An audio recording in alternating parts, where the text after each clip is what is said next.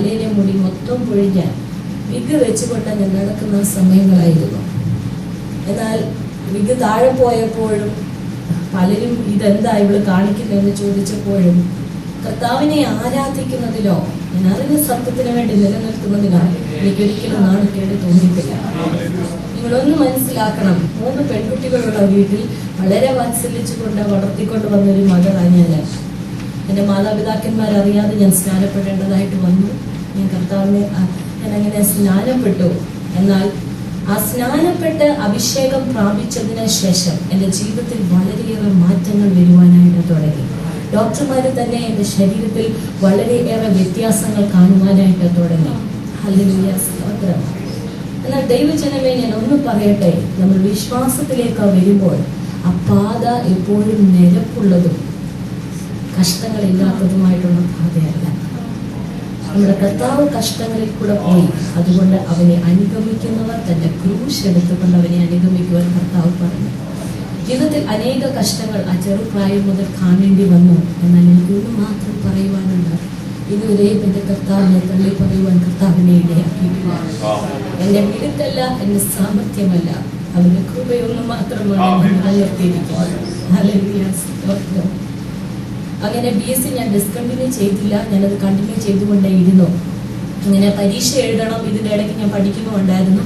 ജൂണിൽ കുറച്ച് വിഷയങ്ങൾ എഴുതിയെടുക്കാം. BSc കമ്പ്യൂട്ടർ സയൻസ് ആയിരുന്നു എൻ്റെ മേജർ. അപ്പം കുറച്ച് വിഷയങ്ങൾ എഴുതിയെടുക്കുക, പിന്നെ അടുത്ത സെമസ്റ്ററിൽ ബാക്കി വിഷയങ്ങൾ എഴുതിയെടുക്കുമ്പോൾ ടീച്ചേഴ്സ് വന്നു. അങ്ങനെ ഫീസ് അടച്ച് ഇരിക്കുന്ന സമയത്ത് അപ്പോൾ എൻ്റെ കീമോതെറാപ്പി കഴിഞ്ഞ് 12 കീമോതെറാപ്പി ഞാൻ എടുത്തു, 15 റേഡിയേഷൻ എടുത്തു. അത് കഴിഞ്ഞ് ഡോക്ടർമാർ നോക്കിയപ്പോൾ എനിക്ക് കംപ്ലീറ്റ് ആയിട്ട് ഒരു പൂർണ്ണ വിടുതൽ അത് കാണുവാനിടയാക്കി. എനിക്കൊരു ഇൻസ്റ്റന്റ് വിടുതലല്ല ദൈവം ഒരിക്കലും തന്നിട്ടുള്ളത്. അനേക പാതകളിൽ കൂടെ ദൈവം കടത്തിവിട്ടു. അതുകൊണ്ട് കീമോതെറാപ്പി എടുക്കുന്ന ഒരു വ്യക്തിയുടെ വേദന എന്ന് മനസ്സിലാക്കുവാൻ എനിക്ക് സാധിക്കും. റേഡിയേഷൻ എടുക്കുന്ന ഒരാൾ കടന്നു പോകുന്ന ബുദ്ധിമുട്ടുകൾ മനസ്സിലാക്കുവാൻ തക്കോണം ദൈവം എന്നെ സഹായിച്ചു. അതിലൊക്കെയും കർത്താവിൻ്റെ സ്നേഹം കാണുവാൻ കർത്താവിനെ സഹായിച്ചു. ഹല്ലേലൂയ, സ്തോത്രം. 2002 ജൂൺ മാസത്തിൽ പരീക്ഷ എഴുതുവാനുള്ള തയ്യാറെടുപ്പുകളോടുകൂടെ ഞാൻ തിരുവനന്തപുരത്തിരിക്കുമ്പോൾ ഞങ്ങളുടെ ഫാമിലി ഫ്രണ്ട് അവർ ഹിന്ദുക്കളായിരുന്നു. അവരുടെ വീട്ടിലിരിക്കുമ്പോൾ ഞാനൊരു ദിവസം അവിടുത്തെ ആൻറ്റി എനിക്ക് കഴിക്കുവാനായിട്ട് ആഹാരം കൊണ്ട് തന്ന സമയത്ത് പെട്ടെന്ന് എൻ്റെ ഇടത്തുവശം പെരുക്കുവാൻ തുടങ്ങി. ഇത്രയും ഭാഗം എനിക്ക് സെൻസ് നഷ്ടപ്പെടുവാൻ തുടങ്ങുകയും എൻ്റെ ചുണ്ട് ഒരു ഭാഗത്തേക്ക് കൂടിപ്പോവുകയും ചെയ്തു.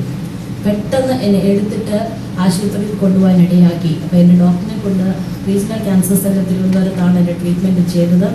അവിടെ കൊണ്ടു ചെന്ന് കഴിഞ്ഞപ്പോൾ ഡോക്ടർ പ്രകാരം പറയാൻ തുടങ്ങി, ഇവർക്ക് ക്യാൻസറിൻ്റെ പ്രശ്നങ്ങളൊന്നും തന്നെ ഞാൻ കാണുന്നില്ല, ഇവർക്ക് ഇനി അടുത്തത് എന്ത് പ്രശ്നമെന്ന് ഞാൻ അറിയുന്നില്ല, ന്യൂറോളജിക്കൽ എന്തോ പ്രോബ്ലമാണ്, അതുകൊണ്ട് ഒരു ന്യൂറോളജിസ്റ്റിനെ കാണിക്കണമെന്ന് പറഞ്ഞ് എന്നെ ഒരു ന്യൂറോളജിസ്റ്റിലേക്ക് റെഫർ ചെയ്തു. ന്യൂറോളജിസ്റ്റിനെ കാണുവാൻ ഞങ്ങൾ ഇടയായപ്പോൾ അവർ പറയുകയുണ്ടായി, റേഡിയേഷൻ്റെ സൈഡ് എഫക്റ്റ് കൊണ്ട് 1000-ൽ ഒരാൾക്ക് വരുന്ന ഒരു ഡിഫക്റ്റാണ് എനിക്ക് വന്നിരിക്കുന്നത്. എൻ്റെ ഇവിടെയുള്ള ഇടതു ഭാഗത്തുള്ള ഒരു ഞരമ്പിലേക്ക് ബ്ലഡ് പമ്പ് ചെയ്യേണ്ട പോലെ പോവുകയും വരികയും ചെയ്യുന്നില്ല, എൻ്റെ ഫ്രീക്വൻസി കുറവാണ്. അപ്പോൾ അതുകൊണ്ട് സംഭവിക്കുന്നതാണ്. അതുകൊണ്ട് പറഞ്ഞു, അരമണിക്കൂറിൽ കൂടുതൽ ഒരു ഇലക്ട്രോണിക് ഡിവൈസസിലും നോക്കുവാൻ പാടില്ല, കമ്പ്യൂട്ടറിലോ TV-യിലോ നോക്കുവാൻ പാടില്ല, 8 മണിക്കൂർ കണ്ടിന്യൂസ് ആയിട്ട് നോൺ സ്റ്റോപ്പ് ആയിട്ട് ഉറക്കം വേണം, അത് അങ്ങനത്തെ കാര്യങ്ങളൊക്കെ വളരെ ശ്രദ്ധിക്കണമെന്ന് പറയുവാനിടയായി. അങ്ങനെ അവസാനം അങ്ങനെ ഇരിക്കുമ്പോൾ ഞങ്ങൾ വളരെ നിരാശയോടെ തിരിച്ച് വീട്ടിൽ വരുവാനിടയായി. അപ്പോൾ ഡോക്ടർ പറഞ്ഞു, അവൾ ജീവിതകാലം മൊത്തം മരുന്ന് കഴിക്കേണ്ടി വരും, ഇതിനൊരു പ്രത്യേകമായിട്ട് ഒരു ട്രീറ്റ്മെൻറ്റ് ഇല്ല, അപ്പം ഫിക്സ് വരാതിരിക്കാൻ സൂക്ഷിക്കണം, പിന്നെ സ്ലീപ്പിംഗ് പിൽസ് ഇത് 2 തരാനൊക്കത്തുള്ളൂ, ഇത് ജീവിതകാലം മൊത്തം കഴിക്കേണ്ടി വരുമായിരിക്കും എന്ന് പറഞ്ഞ് ഡോക്ടർ ഞങ്ങളെ അവിടെ നിന്ന് പറഞ്ഞു വിട്ടിട്ട് ഞാൻ പറഞ്ഞ ഒരു കമ്പ്യൂട്ടർ സയൻസ് സ്റ്റുഡൻറ്റാണ്, ഞങ്ങളുടെ ലാബ് പ്രാക്ടിക്കൽസ് തന്നെ 3 മണിക്കൂർ. അവർ പറഞ്ഞു, നീ ആദ്യം ജീവിക്കുന്നിട്ട് പഠിക്കാൻ പറഞ്ഞു. അപ്പോൾ എന്നോട് പറഞ്ഞു, എന്തെങ്കിലും പ്രയാസം ഉണ്ടായി ഞാൻ ഉത്തരവാദിത്തം വഹിക്കുന്നുണ്ട്. അങ്ങനെ BSc 1 വർഷം കഴിഞ്ഞിരുന്നു, ഞാൻ 3rd സെമസ്റ്റർ ആയിരുന്നു. BSc എനിക്ക് ഡിസ്കണ്ടിന്യൂ ചെയ്യേണ്ടതായിട്ട് വന്നു. ഹല്ലേലൂയ, സ്തോത്രം. അത് പലരും എന്നോട് ചോദിച്ചു, നീ സേവിക്കുന്ന നിന്റെ ദൈവം എവിടെ?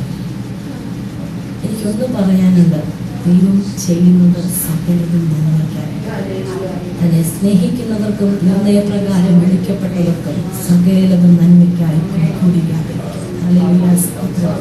BSc ഡിസ്കണ്ടിന്യൂ ചെയ്ത് ഞാൻ BBA പ്രൈവറ്റായിട്ട് പഠിക്കുവാനായിട്ട് തുടങ്ങി. 2002 ഒക്ടോബർ മാസത്തിൽ. അപ്പം ഞാൻ ഈ മരുന്ന് കണ്ടിന്യൂ ചെയ്തിരിക്കുക. ആ വർഷം ഡിസംബറിൽ ഡോക്ടറെ കാണണമെന്ന് പറയുവാനിടയായി. 2002 ഒക്ടോബർ മാസത്തിൽ യേശു വിളിക്കുന്ന പ്രാർത്ഥനാ ഗോപുരത്തിന്റെ ആഭിമുഖ്യത്തിൽ നടന്ന ഒരു ക്രൂസൈഡിൽ പങ്കെടുക്കുവാൻ ദൈവം എനിക്ക് ഭാഗ്യം തന്നു.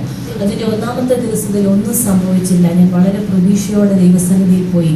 2ാമത്തെ ദിവസം ദൈവദാസൻ പ്രാർത്ഥിച്ചുകൊണ്ട് ഇരുന്നിരുന്ന സമയത്ത് ആത്മാവിൽ നിറയപ്പെട്ട് അദ്ദേഹം ഇപ്രകാരം പറഞ്ഞു: ഇവിടെ ചില യുവജനങ്ങൾ ന്യൂറോ പ്രോബ്ലത്താൽ ഭാരപ്പെടുന്നു.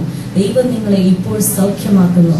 നിങ്ങളുടെ ഇടതു ഭാഗത്തൂടെ ദൈവത്തിന്റെ പരിശുദ്ധാത്മാവ് കുളിർമയുള്ള ഒരു കാറ്റായി വീശുകയും നിങ്ങളുടെ ഇടതു ഭാഗത്തുനിന്ന് എന്തോ നാം എടുത്തു മാറ്റുകയും ചെയ്യുന്നു. യേശുവിന്റെ നാമത്തിൽ നിങ്ങൾ സൗഖ്യമായിരിക്കുന്നു. അദ്ദേഹം ഇത് പറയുകയും ഞാനത് രുചിച്ചറിയുകയുമായിരുന്നു. അന്ന് ആയിരക്കണക്കിന് ആളുകളുടെ മുന്നിൽ ഞാൻ പറഞ്ഞു, കർത്താവിനെ സൗഖ്യമാക്കിയിരിക്കുന്നു. ഇന്നു മുതൽ ന്യൂറോളജിസ്റ്റ് തന്നിരിക്കുന്ന മെഡിസിൻ ഞാൻ എടുക്കത്തില്ല എന്ന് അവിടെ വെച്ച ദൈവനാമത്തിൽ ഞാൻ സാക്ഷ്യപ്പെടുത്തി. എന്നാൽ എൻ്റെ മാതാപിതാക്കന്മാർക്ക് പ്രയാസമായിരുന്നു. എന്നാൽ അത് ഞാൻ ഡിസ്കണ്ടിന്യൂ ചെയ്യുക തന്നെ ചെയ്തു. അങ്ങനെ ഡിസംബർ മാസത്തിൽ ഞങ്ങൾ ഡോക്ടറിൻ്റെ അടുക്കിലേക്ക് ചെക്കപ്പിന് പോയി കഴിഞ്ഞപ്പോൾ അവരെല്ലാം ചെക്ക് ചെയ്ത് തന്നെ മുഖത്തോട്ട് സൂക്ഷിച്ച് നോക്കിയിട്ട് ചോദിച്ചു, 6 മാസം കൊണ്ട് നീ എന്ത് ചെയ്തു? ഞങ്ങൾ എന്ത് സംഭവിച്ചു?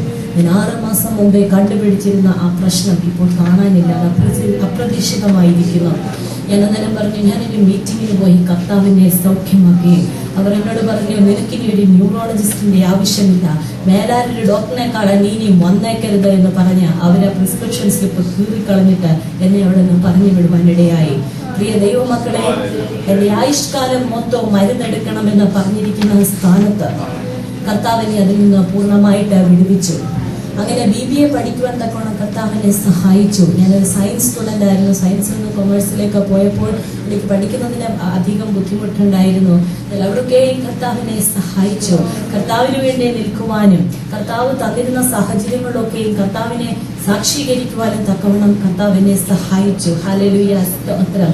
അങ്ങനെ ഹല്ലേലൂയ. BBA കഴിഞ്ഞ ശേഷം MBAക്ക് പഠിക്കണമെന്ന് എനിക്ക് വളരെ ആഗ്രഹമായിരുന്നു. കർത്താവ് എനിക്കൊരു അഡ്മിഷൻ തന്നു. അങ്ങനെ കോയമ്പത്തൂരുള്ള കാരുണ്യയിലാണ് ഞാൻ MBA പഠിക്കുവാൻ ഇടയായത്. വളരെ ഒരു ആത്മീയ അന്തരീക്ഷത്തിൽ തന്നെ എൻ്റെ ഉപരിപഠനം ചെയ്യുവാൻ തക്കോണം കർത്താവിനെ സഹായിച്ചു. അങ്ങനെ MBA പഠിച്ചുകൊണ്ട് ഇരുന്ന സമയത്തും ശരീരത്തിൻ്റെതായിട്ടുള്ള അനേക ക്ലേശങ്ങളിട്ട് സാത്താൻ പലപ്പോഴും എൻ്റെ പഠിത്തം പോലും മുടക്കിച്ച് കളയുവാനുള്ള പല തന്ത്രങ്ങളും എടുത്തു. എന്നാൽ എനിക്ക് വേണ്ടി പ്രാർത്ഥിക്കുന്ന ഒരു പറ്റം ജനം എൻ്റെ പിൻപിലുണ്ടായിരുന്നതുകൊണ്ട് കർത്താവിനെ വിടുവിച്ചു. അതിനിടയ്ക്ക് ഞാനൊരു കാര്യം കൂടെ പറയട്ടെ. ഞാൻ ട്രീറ്റ്മെൻറ്റിനായി പോയി നിന്നിരുന്ന ആ വീട്ടിൽ ഞാൻ പറഞ്ഞല്ലോ ഒരു ഹിന്ദു കുടുംബമായിരുന്നു. എനിക്കന്ന് സാക്ഷ്യം പറയുവാനോ കർത്താവിൻ്റെ സുവിശേഷം പറയാനോ എനിക്കറിയത്തില്ലായിരുന്നു. ഹല്ലേലൂയ. എന്നാൽ എന്നെ അവിടുത്തെ ആൻറ്റിയാണ് കംപ്ലീറ്റ് ശുശ്രൂഷ. കാരണം എനിക്ക് യാത്ര ചെയ്യാനൊക്കത്തില്ല. എൻ്റെ മാതാപിതാക്കന്മാർക്ക് അവർക്ക് ബിസിനസ് കടയാണ്. അതുകൊണ്ട് അപ്പായ്ക്കോ അമ്മയോ ആരെങ്കിലും ഒരാളെ എൻ്റെ ട്രീറ്റ്മെൻറ്റ് സമയത്ത് വരത്തുള്ളൂ. കാരണം ഇളയത് എനിക്ക് 2 അനിയത്തിമാരാണ്. അപ്പോൾ അവരെല്ലാം ഇട്ടേച്ച് അവർ 2 പേർ കൂടെ വരാനൊക്കത്തില്ല. അപ്പോൾ ഈ ആൻറ്റിയാണ് എൻ്റെ ഛർദ്ദിലെടുത്തോണ്ടിരുന്നതും എന്നെ നോക്കിക്കൊണ്ടിരുന്നതുമില്ല. ദൈവം എനിക്ക് വേണ്ടി ചെയ്ത വിടുതൽ കണ്ട് താൻ ആരാധിച്ചിരുന്ന ദൈവങ്ങളെ എല്ലാം വിട്ട് ഈ ക്രിസ്തു സത്യ ദൈവം എന്ന് അറിഞ്ഞ് രക്ഷിക്കപ്പെട്ട സ്നാനപ്പെടുവാൻ തക്കവണ്ണം ചിത്രന്റെ ദൈവം സഹായിച്ചു. അതിനായി ഞാൻ കർത്താവിനെ സ്തോത്രം ചെയ്തു സ്തുതിക്കുന്നു. ഞാൻ എൻ്റെ അസുഖം കഴിഞ്ഞ് പറഞ്ഞല്ലോ BBA പഠിച്ചുകൊണ്ട് ഞാൻ എൻ്റെ വീട്ടിലേക്ക് മടങ്ങി വന്നു. പൂർണ്ണ സൗഖ്യമുള്ളവളായി. എന്നെ വിടുവിച്ച ഈ കർത്താവിൻ്റെ സ്നേഹം കണ്ട് സത്യമറിഞ്ഞ് ദൈവവചനം കേട്ട് എൻ്റെ ഇളയ 2 സഹോദരിമാരും രക്ഷിക്കപ്പെടുവാനും സ്നാനപ്പെടുവാനും ആത്മാവിൽ അഭിഷേകം പ്രാപിക്കുവാനും കർത്താവ് കൃപ തന്നു. അതിനായി ഞാൻ കർത്താവിനെ സ്തുതിക്കുന്നു, സ്തോത്രം ചെയ്യുന്നു, വാഴ്ത്തുന്നു. ഹല്ലേലൂയ, സ്തോത്രം. എൻ്റെ വീട്ടിൽ ഞങ്ങൾ ബിസിനസ് ആയിരുന്നു എന്ന് പറഞ്ഞല്ലോ. അനേക ലക്ഷക്കണക്കിന് പൈസ എൻ്റെ പിതാവിന് കടമുണ്ടായിരുന്നു. അല്ലെങ്കിൽ വിശ്വാസത്തിലേക്ക് കടന്നു വന്നതിന് ശേഷം ദൈവസന്നിധിയിൽ മുട്ടിപ്പായി പ്രാർത്ഥിക്കുവാൻ തുടങ്ങിയതിനു ശേഷം കർത്താവ് അത്ഭുതകരമായ ഒരു വഴി തുറക്കുകയും ആ കടങ്ങളൊക്കെ വീടുവാൻ തക്കോണം കർത്താവ് സഹായിക്കുകയും ചെയ്തു. ഹല്ലേലൂയ, സ്തോത്രം. അതിനുശേഷം ഞാൻ പറഞ്ഞല്ലോ ഞാൻ MBAക്ക് പഠിക്കുവാൻ പോയി.